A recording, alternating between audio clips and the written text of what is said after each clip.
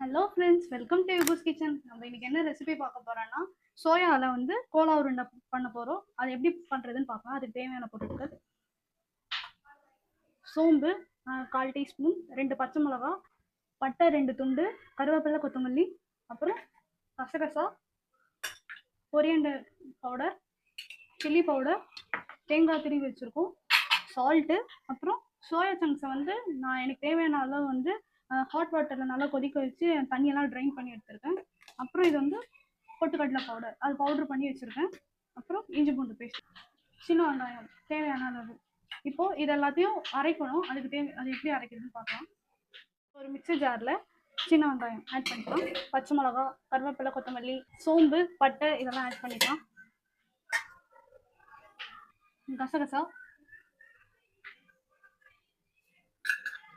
கசகசா 2 ஸ்பூன் போட்டிருக்கோம். தேங்காய் தேவையான அளவு போட்டுக்கலாம்.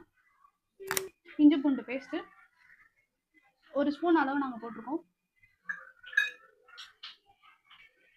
காரத்துக்கு ரெட் சில்லி பவுடர் 1 ஸ்பூன் போட்டிருக்கோம். கொரியண்டர் பவுடர் 1 ஸ்பூன் போட்டிருக்கோம். உப்பு தேவையான அளவு போட்டிருக்கோம்.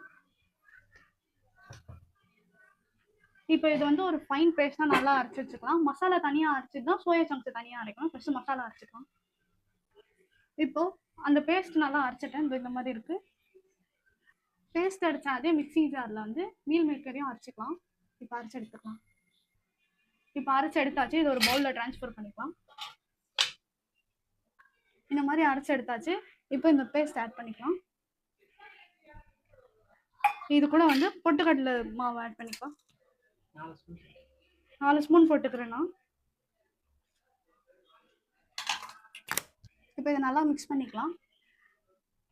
இப்போ இது நல்லா மிக்ஸ் பண்ணியாச்சு. ஒரு உருண்டையாக பிடிச்சிக்கலாம், சின்ன சின்ன பவுல்ஸாக.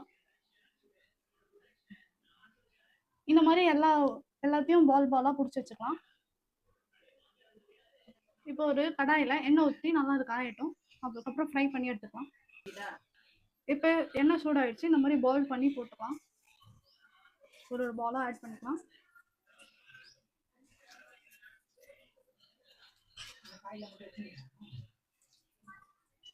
இப்போ இது ஒரு லிட்டு போட்டு க்ளோஸ் பண்ணி வச்சுக்கலாம். கொஞ்சம் நல்லா வேகும். இப்போ இது நல்லா வெந்துடுச்சு. இதை எடுத்துடலாம்.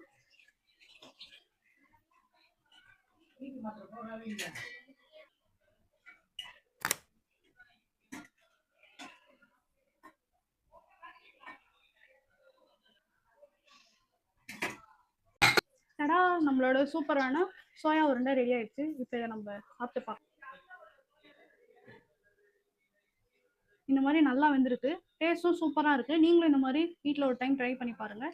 இந்த ரெசிபி பிடிச்சிருந்தா யுகூஸ் கிச்சனுக்கு லைக் பண்ணுங்கள், ஷேர் பண்ணுங்கள், மறக்காமல் கமெண்ட் பண்ணுங்கள். பாய்.